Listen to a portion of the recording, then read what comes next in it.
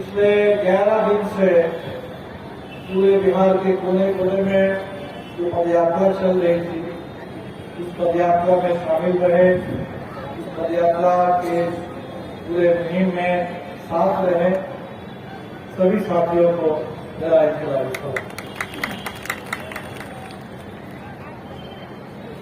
बदलो बिहार नया यात्रा,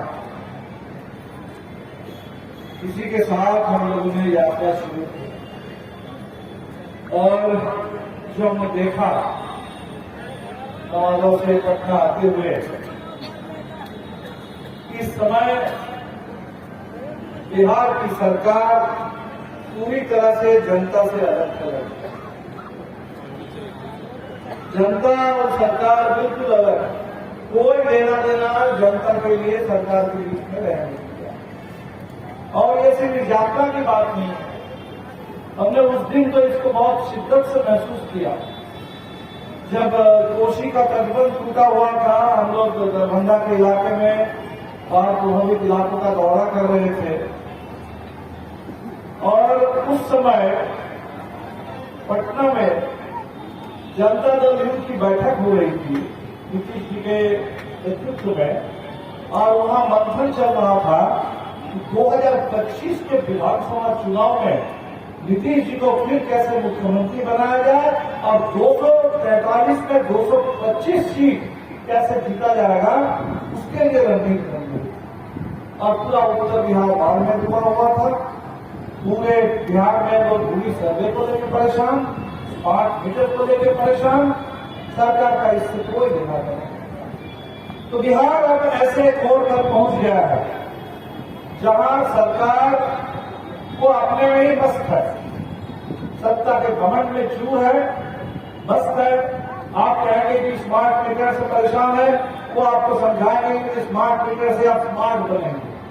बिहार को स्मार्ट बनाने का तरीका है कि बिहार के घर घर में स्मार्ट मीटर देकर के लूट मीटर लगा, हर बात पे आपसे झूठ बोलना, आपके किसी सवाल का कोई जवाब ना देना, किसी से कोई बात नहीं करना। एक ऐसी अहंकारी सरकार इस समय बिहार में मौजूद है और कहते हैं कि डबल इंजन की सरकार, एक पटना में एक दिल्ली में, और दोनों मिलकर के, कोई अलग नहीं है, दोनों बिल्कुल मिले हुए हैं और दोनों मिलकर के बिहार की जनता पर इस समय लगातार उनके साथ धोखाधड़ी, उनके ऊपर हमले, पूरे बिहार में लूट और भ्रष्टाचार और अपराध ये माहौल बन गया है। और इसीलिए हमने देखा कि यात्रा से गरीबों की जो उम्मीद जगी है, कम से कम गरीबों की बात सुनने के लिए कोई आ रहा है, गरीबों के एजेंडे पर बात हो रही है। अभी जो नवादा में हुआ, पिछले करीब 60 साल से लोग बसे हुए थे, 80 घर, सबके सब दलित परिवार, दलित महादलित परिवार। और अगर ये रात के अंधेरे में उस समय आग लगा दिया होता, लोग सोए हुए स्थिति में अगर होते, तो आज हम लोग नवादा में सिर्फ घर जलाने की बात नहीं कर रहे होते, नवादा में बहुत बड़ा जनसंहार हो गया है। और वैसे भी मवेशी जल गई, घर के सब कुछ नष्ट हो गए। तो हमने जब पूछा क्या सब क्यों, क्या मामला था, तो लोगों ने बताया कि देखिए ये पहली बार नहीं हो रहा है, पिछले साल भी हुआ था, बीच बीच में ऐसा होता है। जिस जमीन पर हम लोग बसे हुए हैं, यहां से हम लोगों को बेदखल करने की कोशिश। यही बात जब हम लोग गया में पहुंचे, यही बात कहानी सुनने को मिली, जमीन से बेदखल करने के लिए जो दलितों पर हिंसा बढ़ गई है, वो उसके पीछे सबसे बड़ा कारण है कि दलित जहां भी अगर जमीन पर नहीं बसे हैं, गरीब जमीन अपना एक झोपड़ी डाल करके उस जगह से उनको खदेड़ना। आप पीछे देखेंगे एक सज्जन, एक बुजुर्ग 70 साल के दिख रहे हैं, उनकी तस्वीर यहां है, उनका नाम है रघुनाथ दास। हम लोग सड़क से चल रहे थे, सड़क के किनारे किसी दूर गांव से वो दौड़ते हुए हमारी यात्रा में आए और उन्होंने कहा कि हमारे पास थोड़ी सी गुलाम की जमीन है, अब इस जमीन से भी हम लोगों को भगाने की कोशिश हो रही है, कहा जाए क्या करें। तो भूमि भूमि सर्वे, सबसे पहले इस बात को समझ लेना जरूरी है कि बिहार में भूमि सुधार के लिए भूमि सर्वे नहीं हो रहा है। भूमि सुधार के लिए तो आयोग बना था, आयोग की तो पूरी रिपोर्ट आ चुकी थी। तो भूमि सुधार करना होता नीतीश बाबू को तो वो आयोग की रिपोर्ट को लागू करते, पूरा नहीं तो कम से कम आधा लागू करते। उस रिपोर्ट को तो नीतीश जी ने पूरे दाम में फेंक दिया।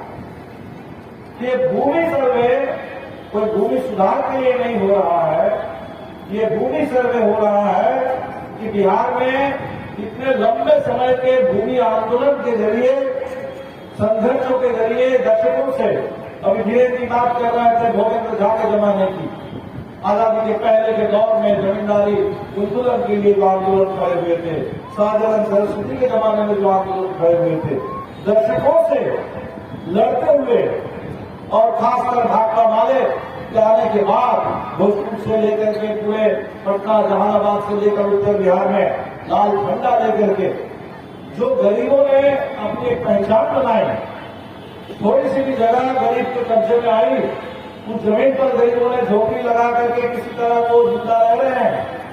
इस भूमि अधिकार को जो कुछ भी आपको अभी तक मिला है, इसको नष्ट करने के लिए, छीनने के लिए और पूरे बिहार में एक लैंड बैंक बना करके बिहार की जमीन को किसान से, गरीबों से लेकर के कंपनियों को देने के लिए साजिश है।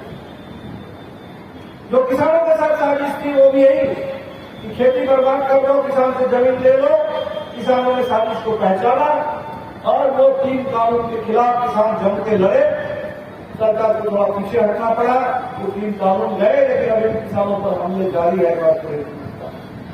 लेकिन अभी वक्फ बोर्ड को लेकर के कानून बनाने की कोशिश हो रही है, वो भी उसके पीछे धंधा वही है कि वक्फ बोर्ड के पास मुस्लिम समुदाय की बहुत जमीन है जो सामुदायिक इस्तेमाल के लिए, लोग जन कल्याण के लिए, उस जमीन पर नजर है।